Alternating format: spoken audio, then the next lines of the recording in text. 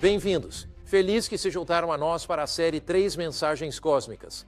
Temos desvendado as mensagens proféticas do livro do Apocalipse, especialmente as de Apocalipse 14, 6 a 12, que discutem a última mensagem de Deus para a humanidade. A terceira mensagem angélica alerta contra a besta e sua marca. Você deve ter se questionado. Vamos explorar isso agora e na próxima. Vamos orar. Pai Celestial, muito obrigado por Jesus, por sua graça e sua misericórdia. Grato por estas mensagens de advertência e encorajamento. Dê-nos esperança e coragem ao estudar e abra nossos olhos para ver tuas maravilhas. Em nome de Cristo. Amém. Meu tópico é o selo de Deus e a marca da besta. Nós dividimos este tema em duas partes, pois é um tópico de tamanha importância vital. Há um tempo, lendo a seção de saúde do NBC News, um título em particular me chamou a atenção. FDA aprova chip de computador para humanos. A primeira frase que se seguiu me interessou muito. Marco médico ou invasão de privacidade. Sobre o que era tudo aquilo, a questão era a seguinte: será que este chip de computador, implantado no pulso para coletar informações médicas, é de fato uma invasão de privacidade? Existem algumas pessoas que acreditam em certas conspirações e que creem que esse chip implantado sob a pele irá detetar informações para o governo e que isso tem a ver com a marca da besta. Este biochip implantado possui o tamanho aproximado de um grão de arroz e é capaz de transmitir uma frequência de rádio. Essa frequência de rádio é captada por um scanner e essa informação é transmitida para um banco de armazenamento compatível com a FDA para pesquisa médica. Hoje, ele só consegue lidar com uma pequena quantidade de informações, mas há empresas trabalhando para ampliar essa quantidade de informação. Então, se você tiver esse biochip implantado, suas informações médicas e, na verdade, tudo sobre você pode ser armazenado em um espaço incrivelmente pequeno em um banco de dados de computador. Será que isso tem alguma ligação com a marca da besta? Isso tem algo a ver, eventualmente, com a ascensão do anticristo e a adoração forçada? É fascinante quando você analisa todas as diferentes ideias sobre a marca da besta. Alguns pensam que é informação guardada em computador, além dos nossos registros médicos. Contudo, outros creem que essa ideia da marca da besta se relaciona com helicópteros policiais pretos da ONU aterrissando na América. Alguns creem que se relaciona com códigos de barras em latas escaneadas no supermercado. Outras pessoas ainda acreditam que isso tem a ver com aqueles números estranhos que encontramos nas notas de dólar. Uma das mais engraçadas é que por anos fui orador do programa It Is Written. E um dia, uma senhora me escreveu e disse: Pastor Mark, estou lhe enviando uma gravata nova. Ora, eu sou sempre grato por uma gravata nova. Mas ela disse: o motivo é que vi o padrão 666 na sua gravata antiga, e eu não queria que você usasse a marca da besta. Bem, deixe-me assegurar-lhe que a questão da marca da besta não é um padrão na minha gravata, na sua, nem no vestido de alguma senhora.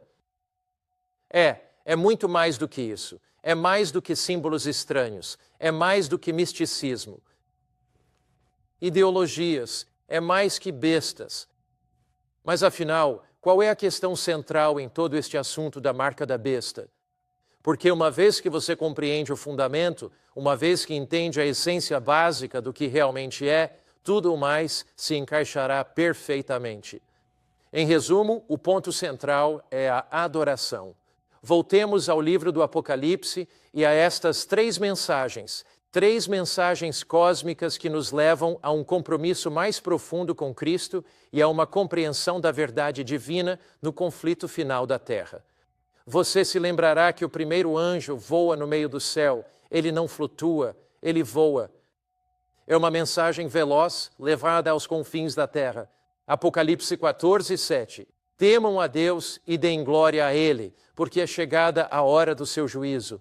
Agora, observem. Adorem aquele que fez o céu, a terra, o mar e as fontes das águas. A essência fundamental da primeira mensagem do anjo é um chamado para adorar o Criador. E nessa expressão, adorem aquele que fez o céu, a terra, o mar e as fontes das águas. A frase é uma citação do quarto mandamento. Lembra-te do dia de sábado para o santificar. Pois em 6 dias o Senhor criou o céu, a terra, o mar e tudo o que neles existe. Assim, João cita o quarto mandamento, o do sábado, que é um apelo para adorar o Criador. Então, esta primeira mensagem do anjo, esta mensagem de destino eterno sobre adorar o Criador, tem algo a ver com o sábado do 7º dia. Agora, quando você olha para o versículo 8, ele diz: caiu Babilônia. Babilônia, a falsa religião. A grande cidade, porque deu a beber a todas as nações do vinho da ira da sua fornicação. Na Bíblia, vinho representa doutrina. Vinho fermentado representa falsa doutrina. Então, Babilônia, um sistema religioso decaído, faz circular o cálice de suas doutrinas falsas. As pessoas se embriagam com isso e não conseguem entender ou compreender a primeira mensagem do anjo, a mensagem do Evangelho de Cristo, a mensagem de dependência em Cristo, a mensagem de obediência a Cristo, a mensagem da segunda vinda de Cristo, a mensagem sobre adorar o Criador e o sábado bíblico. Um terceiro anjo voa e diz em Apocalipse 14:9, se alguém adorar a besta. Agora você se lembra que no versículo 7 dizia: se alguém adorar o Criador à sua imagem e receber a sua marca na testa ou na mão, ele mesmo beberá do vinho da ira de Deus. Então aqui você tem outra classe em contraposição àqueles que adoram a besta. Aqui você tem outra classe que adora obedientemente o Criador. Como eles são descritos? Apocalipse 14:12. Aqui está a perseverança dos santos, que são os crentes. Aqui estão os que guardam os mandamentos de Deus e têm a fé de Jesus. Assim, a mensagem dos 3 anjos chega a um ponto focal.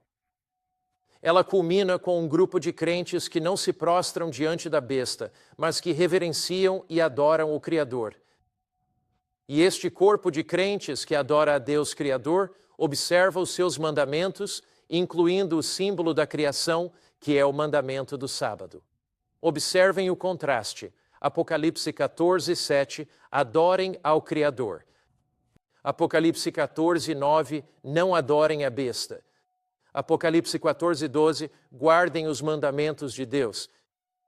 Então, aqui delineamos as questões básicas da grande controvérsia entre o bem e o mal, neste conflito cósmico, nesta luta intergaláctica, neste drama de Star Wars. Um anjo rebelde se rebelou contra Deus no céu. Ele desafiou a autoridade e a lei de Deus.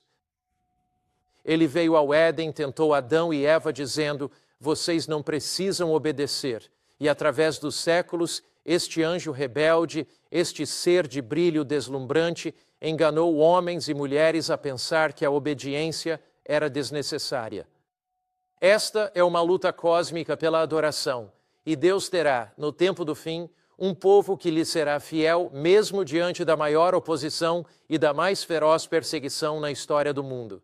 É exatamente disso que se trata a questão da marca da besta. É sobre onde está a nossa lealdade. É sobre onde reside a nossa lealdade. A questão da marca da besta se relaciona à autoridade de Cristo e à adoração do Criador.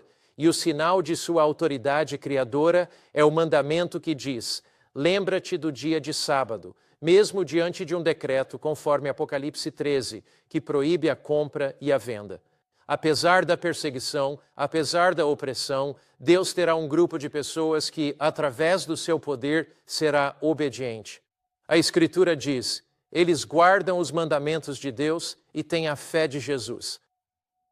Eles adoram o Criador e, portanto, não adoram a besta. E, na verdade, quando você realmente olha para o livro do Apocalipse, só há uma de 2 escolhas a qualquer momento. Não há meio termo, não há neutralidade. O Apocalipse nos chama a uma escolha. O Apocalipse nos chama a uma decisão. O Apocalipse nos chama para sair da cerca da mediocridade e neutralidade. Ou eu adoro o Criador, ou adoro a besta. Deus está fazendo tudo o que pode para guiar homens e mulheres da falsidade para a verdade, da adoração de idolatrias e de ideologias meramente humanas para a sua santa palavra. Deus faz o possível, o Espírito Santo em seu coração, levando você a sentir profundamente as verdades de sua palavra. Deus faz todo o possível para nos guiar às verdades da Escritura. Ele enviou seu Espírito Santo, que convence nossos corações e revela a verdade às nossas mentes. Ele ilumina a escuridão com a luz de sua palavra. Salmos 119, 105 diz: Tua palavra é lâmpada para meus pés e luz para meu caminho. A luz da verdade brilha sobre você, não é por acaso. Deus, no drama divino do destino, trouxe-o a este lugar para que compreenda a sua palavra, para que tenha um apreço mais profundo por Cristo, para que tenha um apreço mais profundo pela cruz, para que entenda o que significa ser salvo pela graça e também ser liberto do domínio do pecado. Como também da penalidade por uma lei que foi quebrada, a palavra de Deus fala conosco sim. Sua palavra cheia de graça, sua palavra de amor e gentileza, nos apela para tomarmos a decisão de nos destacarmos da maioria. Pois se nos conformarmos com a maioria atualmente, por ser um caminho mais fácil, chegará o dia em que aceitaremos a marca da besta, pois desejaremos comprar e vender e não quereremos sofrer perseguição nem opressão. Agora, veja o que a Bíblia declara. Ela diz que eles guardam os mandamentos de Deus e têm a fé de Jesus. O que é a fé de Jesus? Bem, a fé de Jesus é em si um dom que recebemos pela fé, e ela nos levará através da crise que virá. Não é a nossa fé que nos leva através da crise adiante, é a fé de Jesus. Não é a nossa própria força que nos conduz pela crise futura, mas sim a fé de Jesus que nos guia por esses tempos sombrios que se aproximam. Nesta luta cósmica entre o bem e o mal, é Cristo vivendo em nós, Cristo nos sustentando, Cristo nos fortalecendo, Cristo nos capacitando. É essa confiança em Jesus que nos faz atravessar, para que um dia estejamos no mar de vidro e não digamos, eu sou digno, porque eu consegui atravessar a grande crise. Nós cantamos Apocalipse 4:11. Digno és, Senhor, de receber honra e glória e poder, porque tu criaste todas as coisas. Vivemos em sua honra, vivemos em sua glória, vivemos em seu poder e vivemos para aquele que criou o céu e a terra, o mar, as fontes, Jesus Cristo, como membro coigual, coeterno da divindade, foi o agente ativo na criação. Então, quando adoramos no sábado, em harmonia com o poder do Criador, e há um reconhecimento do Criador, na verdade, estamos adorando a Jesus Cristo, que de acordo com Efésios 3:9, foi o agente ativo na criação. Então, o convite para adorar o Criador é adorar a Jesus, e o chamado para se lembrar do sábado é recordar Jesus como o Criador, em contraposição ao poder da besta. O conceito de Cristo como Criador está no cerne da adoração no sábado e está no cerne de uma luta titânica. Está no cerne do grande conflito entre o bem e o mal. O sábado é um oásis no deserto deste mundo. Em um mundo que amplamente aceita a hipótese evolucionista, que crê que evoluímos de formas de vida mais baixas, de algum lodo primordial e que surgimos por mero acidente, neste mundo, o sábado se manifesta como um verdadeiro oásis. Descansamos em seu amor, poder e cuidado. Vamos ao Criador que nos formou e moldou. Sentimos que não somos partículas de poeira cósmica. Sentimos que não estamos sozinhos no universo. Sentimos que não somos meras coleções de átomos, mas que Ele nos criou, formou, cuida e ama. É a essência do grande conflito entre o bem e o mal. O sábado é um lembrete eterno da nossa identidade. Somos criados por Deus. Somos filhos e filhas de Deus. Estamos conectados por uma criação comum uns aos outros, e por essa criação estamos unidos ao nosso Pai Celestial. Somos duas vezes de Cristo. Somos dele pela criação e somos dele pela redenção. Foi ele quem nos criou e quem nos redimiu. O sábado é um sinal de sua autoridade criadora, por isso Satanás o desafia. Ele sabe que se puder eliminar o sábado, anula a autoridade de Cristo como Criador, e assim não haverá base para adoração alguma. Pois se evoluímos e somos meros produtos do acaso, por que afinal adorar a Deus? Assim, o sábado se torna a figura central nessa batalha entre o bem e o mal, entre Cristo e Satanás. É a questão central no conflito sobre a marca da besta. Estes seguidores comprometidos de Jesus, lembrem-se, aqui estão os que fazem o quê? Guardam os mandamentos de Deus. Aqui estão os que têm a fé de Jesus. Esses seguidores comprometidos de Jesus não apenas terão fé em Jesus, mas terão a fé de quem? De Jesus. Agora, o que é a fé de Jesus? Quando Jesus está pendurado na cruz, com uma coroa de espinhos em sua cabeça, com o sangue escorrendo pelo seu rosto, com pregos em suas mãos, e Pedro o negou, e Judas o traiu, e seu próprio povo lhe virou as costas, e o abandonou, e os discípulos o abandonaram e fugiram. A escuridão envolve aquela cruz, o trovão ribomba, o relâmpago brilha, e Jesus está ali pendurado, sozinho. Mas ele diz: Pai, em tuas mãos entrego o meu espírito. O que é a fé de Jesus?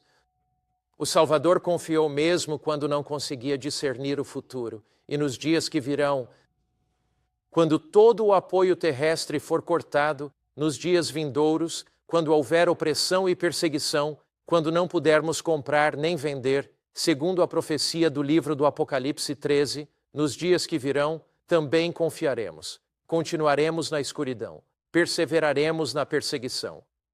Nós resistimos na prisão, nós resistimos diante da morte porque cremos que Jesus um dia virá e nos libertará. O que é a fé de Jesus? É a qualidade da fé de Cristo a viver em nós, por meio da qual confiamos nele e não o traímos em momentos de provação. No livro Cristo Triunfante, página 277, Ellen White faz esta incrível declaração sobre a fé de Jesus. Na escuridão terrível, abandonado por Deus, Cristo esgotou as últimas gotas do cálice da miséria humana. Naquelas horas terríveis, ele confiou na evidência da aceitação de seu Pai, que lhe fora dada anteriormente. Ele conhecia o caráter de seu Pai. Ele entendeu sua justiça, misericórdia e seu amor. Pela fé, descansou naquele a quem sempre lhe foi alegria obedecer. Então, o que é a fé de Jesus? É esse descanso, é essa confiança plena, é essa certeza inabalável, é essa segurança no Pai. Cristo, mediante a fé, depositou toda a sua confiança em seu Pai. Ele nos concede essa fé para nos conduzir pelas provações futuras e, em submissão, ele se entregou inteiramente a Deus. O sentimento da perda do favor de seu Pai foi retirado. Pela fé, Cristo foi vitorioso. Como venceremos ao faltar todo o apoio terreno? Como vamos sobreviver? Assim como pela fé Cristo foi vitorioso, nós nos apegamos pela fé. Mesmo sem ver, nossos corações podem crer. Quando tudo ao nosso redor é escuridão, pela fé podemos atravessar essa escuridão e saber que, embora não possamos vê-lo, ele pode nos ver e ainda está lá para nos fortalecer, guiar e encorajar. A fé de Jesus é, portanto, a sua absoluta, completa e total confiança e dependência no seu Pai. É a sua qualidade de fé vivendo em nós, através do Espírito Santo, que nos fará atravessar a crise final. E isso, meu amigo, é uma notícia incrivelmente boa. A profecia sobre a marca da besta é sobre intolerância religiosa. Trata-se de perseguição, mas é também uma mensagem de encorajamento, porque nos diz que Deus terá um grupo de pessoas que possuem a qualidade da fé, esse dom dado por Deus a elas, que as capacita a permanecer firmes na crise e obedientemente guardam seus mandamentos. Aprendemos com esta profecia em Apocalipse 14. Aqui estão os que guardam os mandamentos de Deus e têm a fé de Jesus. Que mesmo nos piores momentos, mesmo com tudo que Satanás possa lançar sobre nós, Deus terá um povo que não terá medo de se levantar e testemunhar por ele. Cristo está vivendo dentro deles e eles falam do seu amor, da sua bondade, da sua graça e da sua misericórdia. Há problemas pela frente. A profecia da marca da besta no livro do Apocalipse, capítulo 13, que é um corolário do capítulo 14, nos fala sobre o que há de pior, o ponto culminante absoluto da guerra de Satanás contra Deus. Esta profecia nos revela que Satanás envidará todos os esforços para aniquilar e erradicar qualquer vestígio de bondade que exista na terra. Mas, bendito seja Deus, ele não destruiu o Messias na cruz. Na verdade, na cruz, o Cristo tornou-se o vencedor. Jesus aguentou firmemente pela fé, e o povo de Deus, no nome de Jesus, por causa de Jesus, através de Jesus, pela graça de Jesus e no poder de Jesus, também se manterá firme pela fé, sendo vitorioso e triunfante. O diabo tem duas estratégias: engano e força. No Éden, ele se apresentou a Eva como grande enganador. Ao longo dos séculos, ele usou o engano e a força. O diabo é mentiroso e pai da mentira, e o diabo é assassino. De fato, no livro de João, capítulo 8, versículo 44, eu leio estas palavras. Jesus diz: vós sois do diabo e quereis fazer seus desejos. Ele foi um assassino desde o princípio e não se firma na verdade. Ele é o pai da mentira. Amigo, esta é a estratégia do diabo. O diabo tentará enganar você com suas mentiras, ou, caso não consiga enganá-lo, ele forçará, coagirá e pressionará para que ceda às suas ordens. Ele fez isso ao longo dos tempos e o fará no fim dos tempos. Só que no fim dos tempos, isso vai se intensificar. Ele usará agentes humanos como tem feito ao longo dos séculos. Você se recorda que no livro de Gênesis, o Senhor ordenou a Caim e Abel que ambos apresentassem uma oferta. Abel obedeceu a Deus, Caim desobedeceu. E Caim, de forma cruel e raivosa, matou seu irmão. Novamente, mais um agente humano que Satanás utilizou. Ele o enganou e esse agente humano usou a força nesse contexto de engano. Ao longo dos séculos, isso sempre foi verdade. Na verdade, Jesus disse em João 16, versículo 2, chegará o tempo. Jesus previu que haveria períodos de grande perseguição para o povo de Deus, quando quem vos matar pensará que presta um serviço a Deus. Jesus disse isso aos discípulos, eles sofreram perseguição. A maioria desses discípulos morreu como mártir. Jesus previu que isso aconteceria. Durante este período chamado de Idade das Trevas, Igreja e Estado se uniram. E sempre que há uma união entre Igreja e Estado, existe a possibilidade, uma forte possibilidade, de intolerância religiosa, fanatismo e opressão subsequentes. Um bom exemplo é o que houve na Idade das Trevas. Este período de 1260 anos que estudamos, quando a Igreja e o Estado se uniram e quem não concordava com os poderes da Igreja era perseguido. Havia um grupo chamado Valdenses. Eram cristãos crentes na Bíblia. Eles viviam no norte da Itália e no sul da França. E enquanto fugiam de volta para aquelas montanhas, foram oprimidos e perseguidos por sua lealdade à palavra de Deus. Copiaram a Bíblia e enviaram seus jovens colportores. O que é um colportor? É quem pega a literatura e a distribui ou vende para espalhar a notícia de que a salvação é um dom do amor de Deus. Então, esses valdenses, cristãos que criam na Bíblia, moravam lá nas montanhas do norte da Itália e do sul da França. Eles compartilhavam a palavra de Deus. Caçados e rastreados, eram muitas vezes perseguidos. Em 1488, os valdenses do Vale de Loise se esconderam numa caverna grande para escapar dos soldados enviados para massacrá-los. E os soldados, na verdade, atearam fogo na entrada, sufocando 3.000 pessoas. Eu, de fato, já escalei para dentro desta mesma caverna, e lá nós cantamos um grande hino, Castelo Forte é o nosso Deus, baluarte que nunca falha, e recontamos a história desses homens, mulheres e crianças fiéis que realmente morreram por sua fé. Eles copiavam as escrituras naqueles retiros nas montanhas e enviavam seus jovens com as escrituras escondidas nas vestes para a Europa, e um poderoso avivamento aconteceu. Em 24 de abril de 1655, às 4 da manhã, foi dada a ordem para que os exércitos romanos massacrassem os valdenses, e assim aconteceu esse massacre valdense. Mais de 4.000, incluindo homens, mulheres e crianças, foram mortos em um dia pelos exércitos da Igreja de Roma. O que Jesus disse? Ele disse: eles vos matarão, e pensarão, João 16:2, que estão prestando um serviço a Deus. Ao longo de todas as eras, Satanás utilizou diversas entidades e seres humanos para perseguir o povo de Deus, mas a luz da verdade sempre brilhou intensamente. Às vezes vacilou, quase se apagou, mas brilhou intensamente. E Deus sempre teve um povo leal e fiel a Ele, e o terá no fim dos tempos. A profecia da marca da besta se refere ao último elo nesta cadeia de perseguição ímpia e atroz. Este é o último elo nesta cadeia de opressão.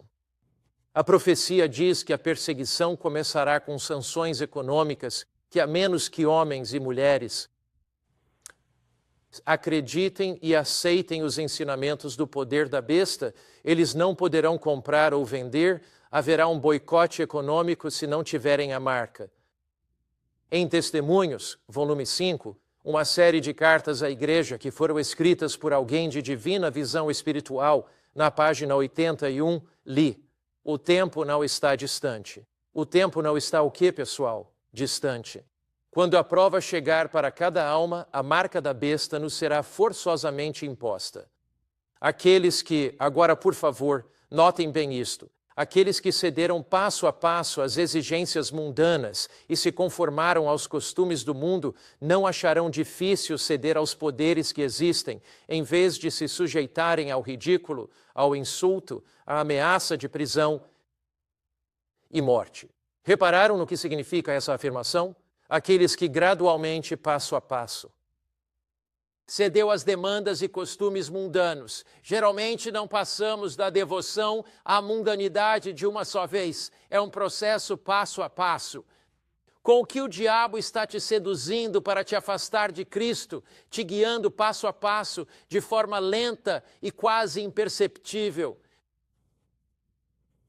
O que Deus está te levando a entregar a Ele e dizer: Senhor, não quero nada entre minha alma e meu Salvador. Senhor, se te desagrada, pode ser o laço em meu pescoço que sufoca minha espiritualidade.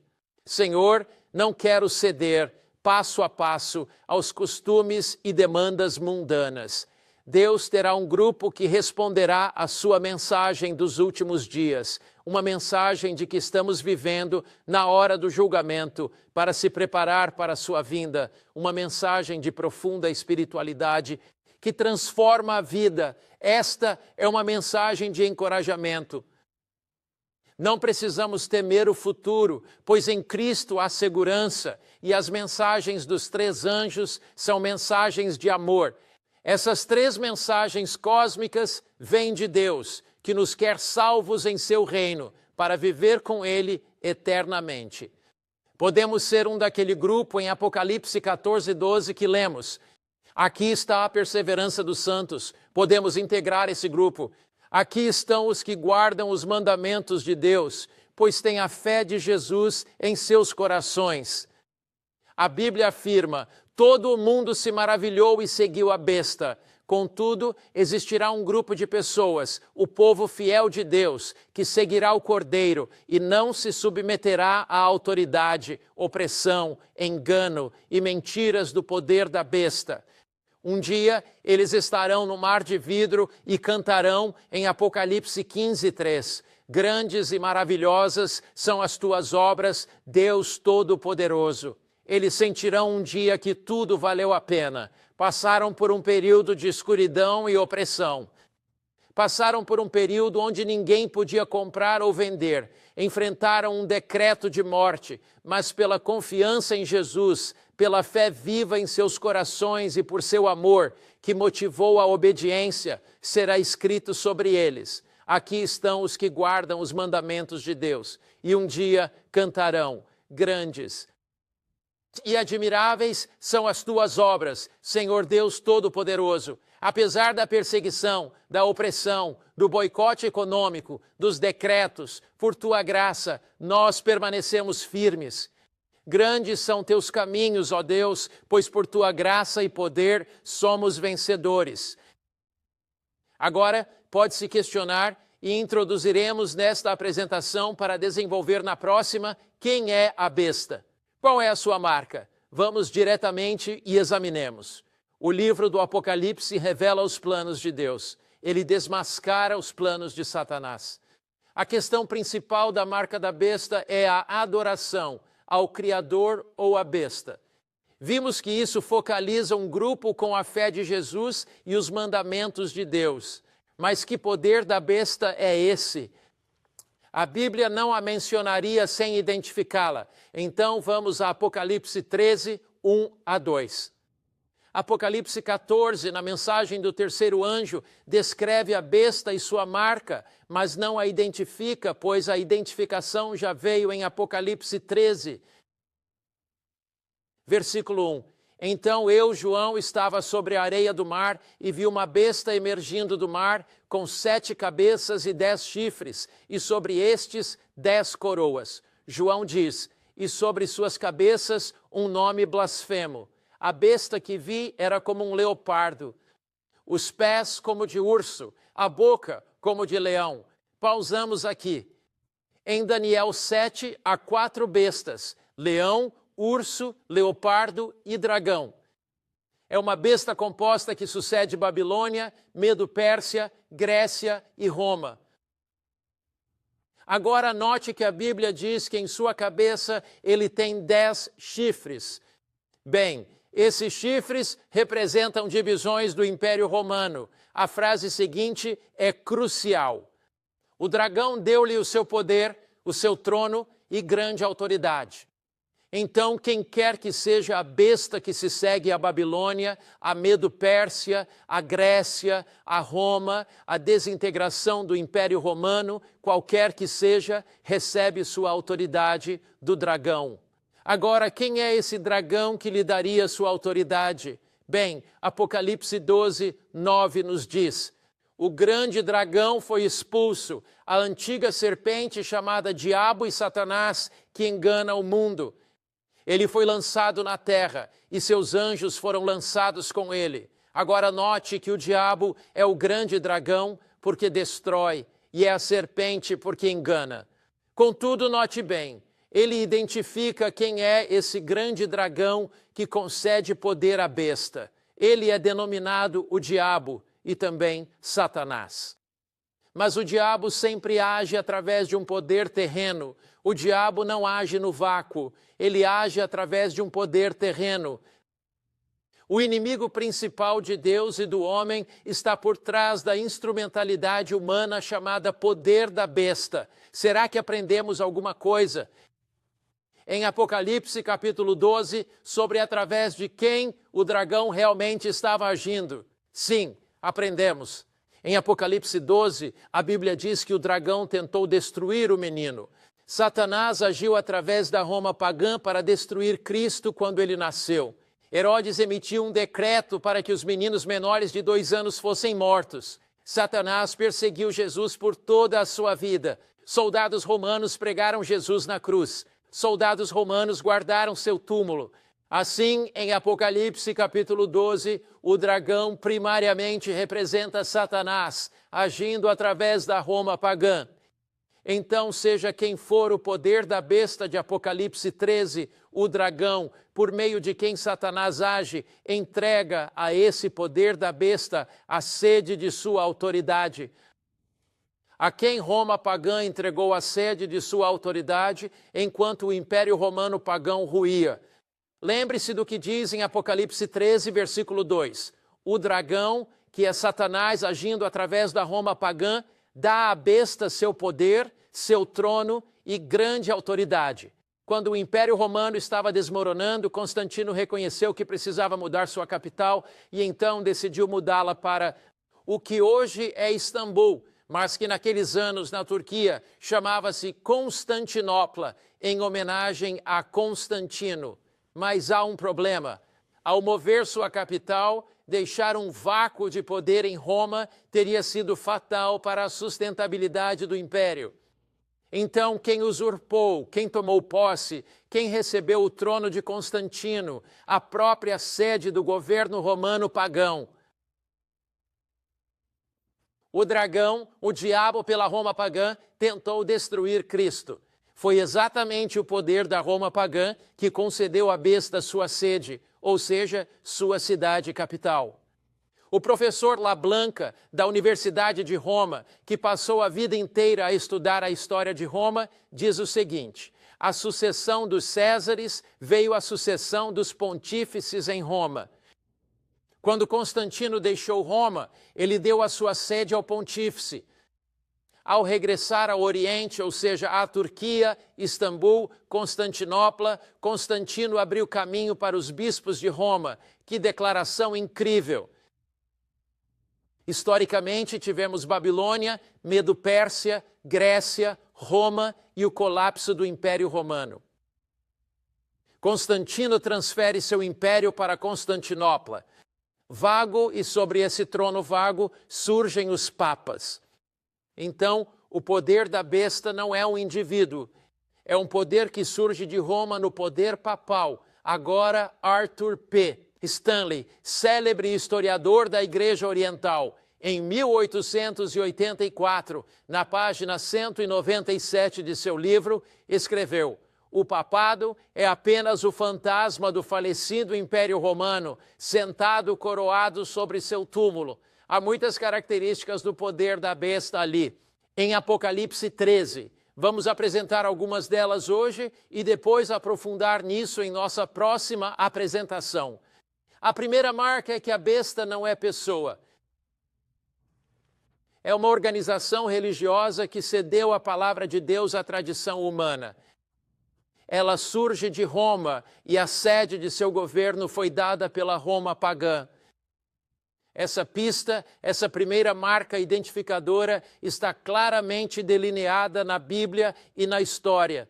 Em Apocalipse 13, 3 e 5, lemos: vi uma de suas cabeças como se tivesse sido mortalmente ferida, e a sua ferida mortal foi curada. Na próxima, veremos mais.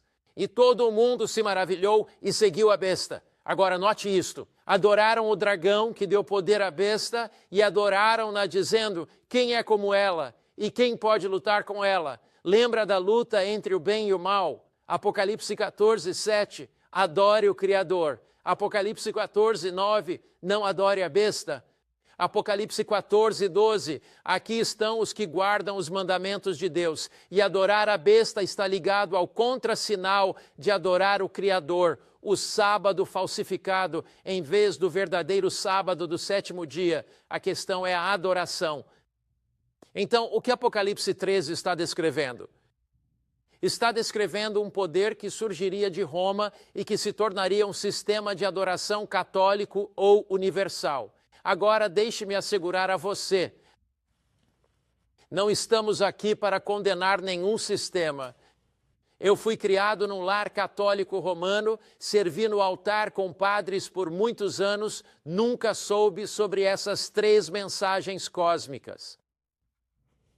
Mas quando comecei a entender a profecia bíblica, a compreender a verdade avassaladora da Escritura, a entender as mensagens destes três anjos e o apelo de Deus, seu apelo dos últimos dias para adorar o Criador e não adorar a besta, senti o chamado de Deus em meu coração. Talvez sinta o chamado de Deus em seu coração. Vivemos no fio da navalha da eternidade, vivendo no que a Bíblia chama de hora do juízo, e Jesus faz um apelo para que sigas o Criador. Este seria um sistema mundial de adoração.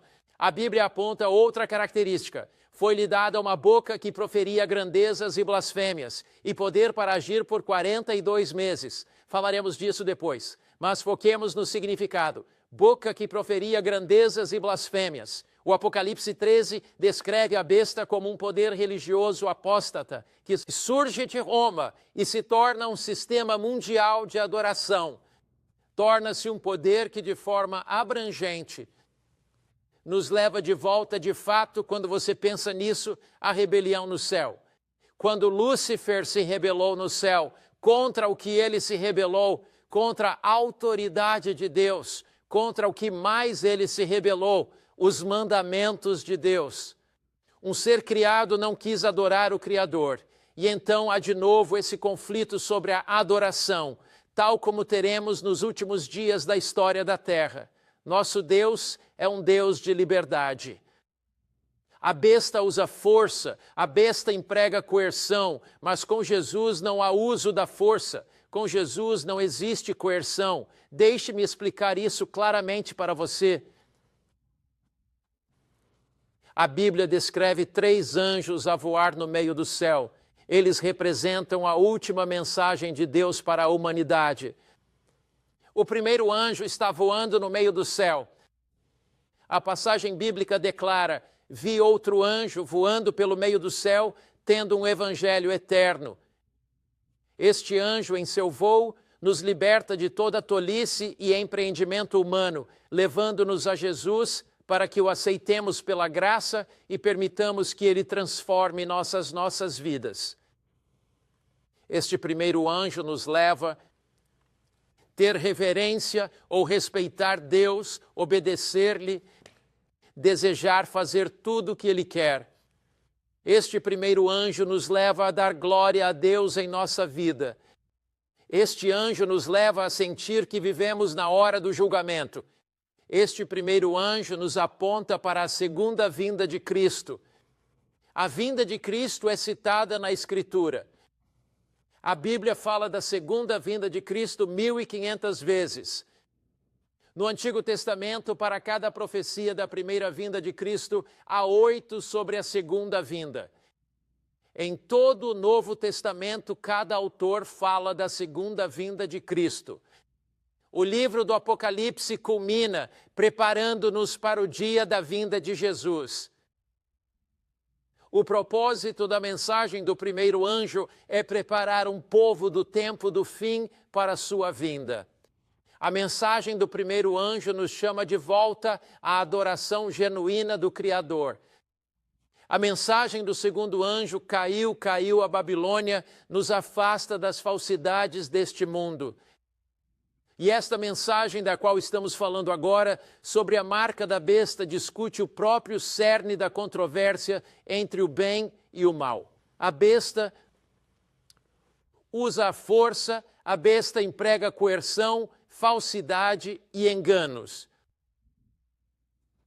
Nosso Deus é um Deus de liberdade. Ele é um Deus que nos alcança através de sua palavra. Ele é um Deus que apela à mais alta consciência do cérebro. Ele é um Deus que revela a verdade, e a verdade fala aos nossos corações, a verdade transforma nossas vidas, a verdade nos muda e nos refaz. Jesus disse em João 14, eu sou o caminho, a verdade e a vida. Ele é o caminho da salvação. A verdade de Jesus ilumina a escuridão, e Jesus é a própria vida. Ele é o exemplo a seguir para todos nós. Toda a questão da marca da besta é não seguir o homem, não seguir as suas tradições, não seguir a sua autoridade, não seguir a sua opinião. É seguir a Jesus, comprometido com ele e sua palavra. O amor é a força motriz no reino de Deus. O povo de Deus, nos últimos dias da história da terra, não é motivado por não poder comprar ou vender, não é motivado pelas coisas materialistas deste mundo. Se o materialismo deste mundo o atrai, se as coisas deste mundo sufocam o seu amor por Cristo hoje, se as coisas deste mundo o encantam, se as coisas deste mundo o fascinam, se as coisas deste mundo capturaram o seu amor, então será mais fácil, receber a marca da besta. Se você se sente pressionado por amigos a fazer algo que sabe que não está em sintonia com a vontade de Deus, se você se sente compelido por outros, se não consegue permanecer firme sozinho, se a multidão e o clamor da multidão o atraem e o excitam, e por isso você entrega suas convicções de consciência pela multidão, como você se manterá firme nos dias da marca da besta? Veja bem, toda a questão é um apelo para adorar a Cristo em tudo, suprema e completamente, total e absolutamente. O povo de Deus encontra sua maior alegria, o povo de Deus encontra seu maior prazer em adorá-lo. Tu me farás conhecer a vereda da vida, da tua presença, a plenitude de alegria, a tua mão direita, há delícias perpetuamente, diz o salmista. Jesus diz em João 10:10, eu vim para que tenham vida e a tenham em abundância. A besta nos oferece uma mera miragem. Os poderes deste mundo nos oferecem simplesmente bugigangas baratas, quando Jesus quer nos oferecer a si mesmo, a pérola de grande valor. Você está um buscador da verdade há algum tempo. Conta-se a história de um jovem que procurou Sócrates e este jovem disse a Sócrates, Sócrates, você é um estudioso brilhante, você é um filósofo profundo. Sócrates, quero desvendar o seu segredo para encontrar a verdade. Sócrates, por sua vez, respondeu, venha comigo. Ele então conduziu o jovem pelas ruas de Atenas até que finalmente chegaram ao porto.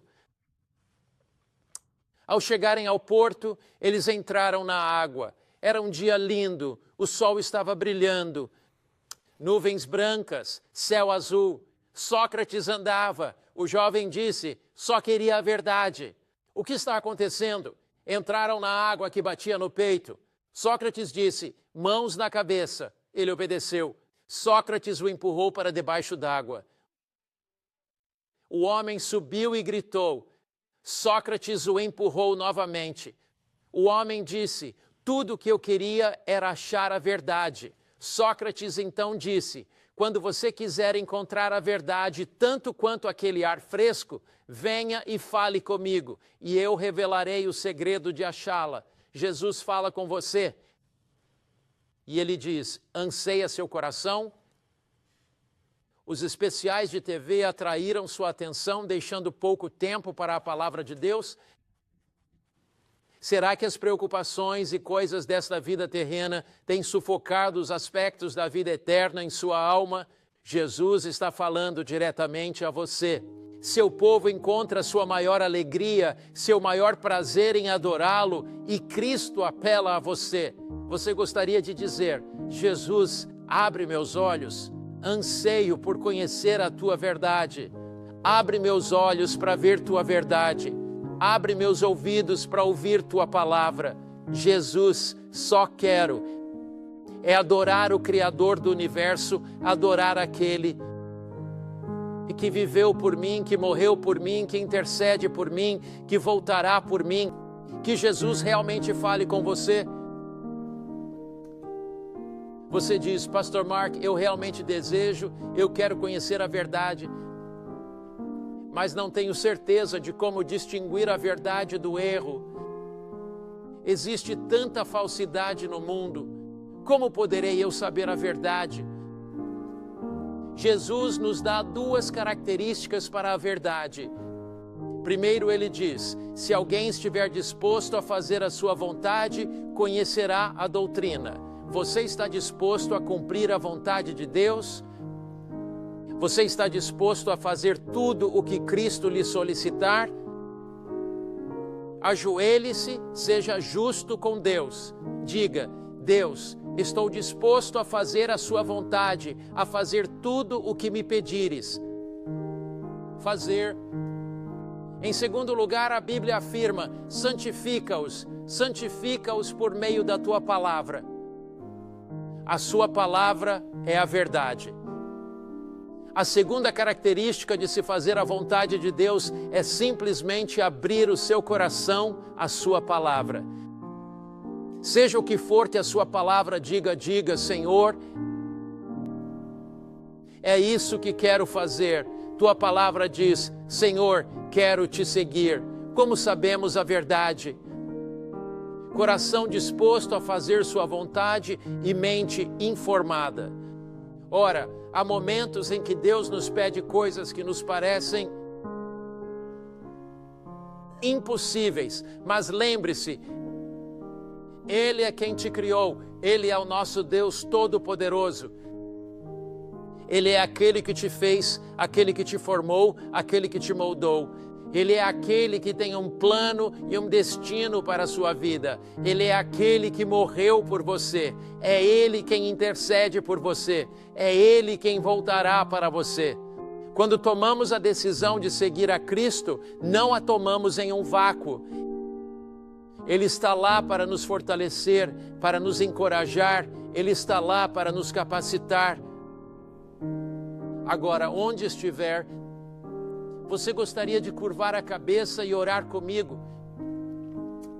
Pai nosso que estais nos céus, queremos lhe agradecer pela realidade de que estás aí. Obrigado por seres nosso Criador. Viemos para te adorar, aquele que nos fez, aquele que nos criou. És o Deus Todo-Poderoso, o infinito. Tu és aquele que nos redimiu, que anseia nos salvar por sua graça e que voltará. Dá-nos força para seguir tua verdade. Em teu nome, amém.